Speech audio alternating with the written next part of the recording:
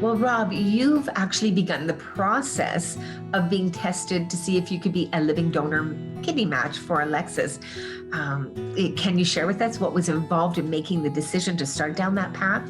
Through finding out that Allie had kidney disease a couple of years ago, going through 2 pregnancies, I felt largely on the sidelines. I'm playing a supportive role, doing my best to support the champion of our family. She's the glue that keeps our little family together, our community together.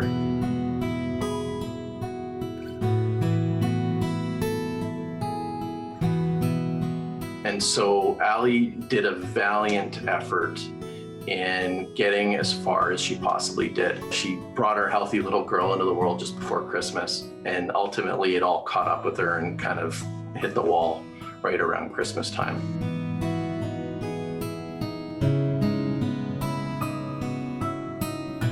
I see it as an opportunity for myself and others to step up and to carry on what Allie was trying to do all along, and that was to support and grow our family. So if there's anything I can possibly do to potentially become a donor is inconsequential. It's a no-brainer. So it didn't take a lot of thought. I think I actually even did it without telling Alexis that I went and got my own blood checked. And so that was one of the first things we did when we got home, when we got Allie back home and I got some time to myself, was checked in with Life Labs. And I'm now going through that process and gaining confidence in the rigor and the thoroughness of the screening process. It's not easy.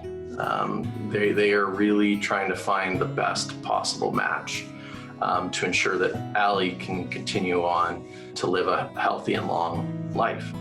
They also want to make sure that the donor has an equal, if not better, chance of having a long, successful, thriving life going forward. And so they're not going to pick a donor that doesn't have everything going for him or her to allow them to succeed. Yeah, and Rob, we were actually talking earlier, and you were saying that it was very important for you to go through the testing process to be a living kidney donor.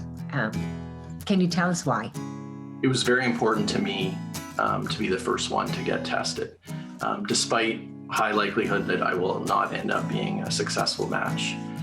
To give Allie my kidney, it was really important for me to know the process before I could, go ask a friend or family to consider going through this process, that I knew it myself. And I'd never ask somebody to do something I wasn't willing to do myself. And so going through that process and seeing it from not only, being a partner of a potential recipient to a potential donor, it's given me great confidence that they built in a confidential, private, rigorous, comprehensive process that really looks out for both the donor's best interest, but also the recipients. And at times it's frustrating on the recipient end because you're not getting any information on if your angel has arrived quite yet, but it's all there to protect the integrity of the process and the confidentiality of the donor. The donor is able to step out and exclude themselves from the process at any time. They also need to be prepared of the disappointment of maybe going through the process and finding out that they're not a match themselves.